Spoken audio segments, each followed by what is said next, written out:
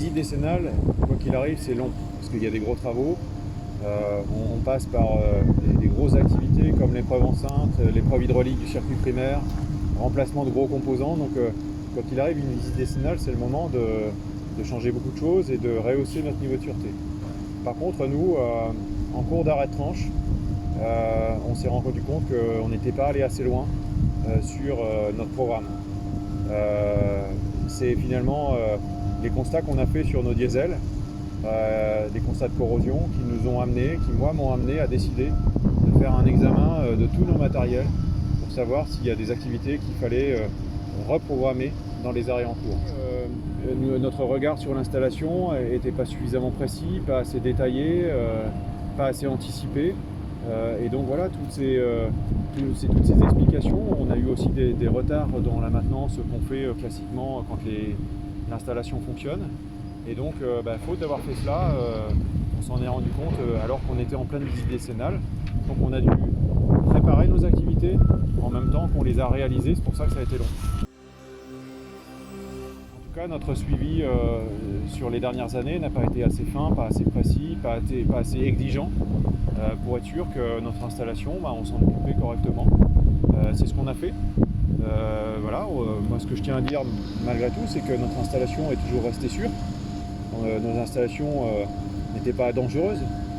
Par contre, on a un devoir de maintenance, d'anticipation, de traitement aussi des constats sur le séisme, qui est un événement qui est très peu probable, mais qui est dans notre référentiel, donc on se doit de les traiter en temps et en heure.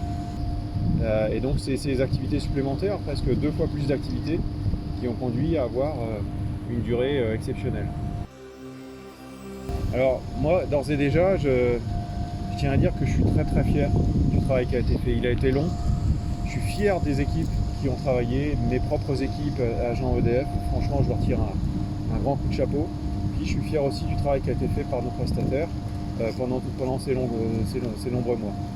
Ce qui est sûr, c'est que pour l'avenir, effectivement, il faut qu'on tire pleinement le retour d'expérience pour qu'on ne reproduise pas ce type de situation. Donc ça nécessite que moi, en tant que directeur, je garde constamment la vision et la constance de nos actions pour mener à bien nos opérations de maintenance quand on en a besoin, sans jamais reporter un petit peu ces opérations.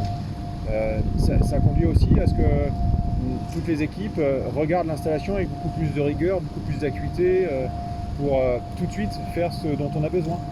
Il vaut mieux donner un coup de pinceau maintenant plutôt que de rénover l'installation complètement tous les 3 ans avec des gros travaux. Donc voilà, c'est ce travail-là très fin du quotidien, notre calage de l'œil, ce qu'on appelle le calage de l'œil, qu'on doit faire tous ensemble pour ne pas reproduire cette situation. On a fait tous ces travaux pour que ça fonctionne. Mais vous avez raison, quand on redémarre, on a toujours cette petite crainte que c'était pas assez, qu'il puisse y avoir des fuites de vapeur ou des choses comme ça. Fort heureusement, il n'y a pas eu tout ça. On a eu un redémarrage qui s'est passé dans de très bonnes conditions. Il n'y a pas eu de fuite, ni de vapeur, ni d'eau. C'est une grande satisfaction parce que ça valide tout le travail qui a été fait par nos salariés. Donc vraiment, c'est très très bien. C'est vrai qu'on a eu une petite crainte parce que notre installation, elle est faite pour fonctionner. Donc quand elle est à l'arrêt 2 ans, on a toujours cette petite appréhension que ça fonctionne bien au moment où on appuie sur le bouton. Pour moi, c'est une vraie fierté pour toutes les équipes. On est producteur d'électricité. C'est ça notre mission. Donc, et d'être au rendez-vous de l'hiver pour produire de l'électricité, c'est une vraie fierté. L'équilibre de la production et de la consommation, elle se fait au niveau national. Et ça, si on n'avait pas produit, évidemment, d'autres moyens de production auraient dû se substituer à cela. Ça aurait pu être des centrales au charbon ou d'autres moyens de production. Donc évidemment, pour nous, produire une électricité à bas carbone, pour nous, c'est une vraie fierté. Et remplir notre mission de service public, c'est tout juste énorme pour nous.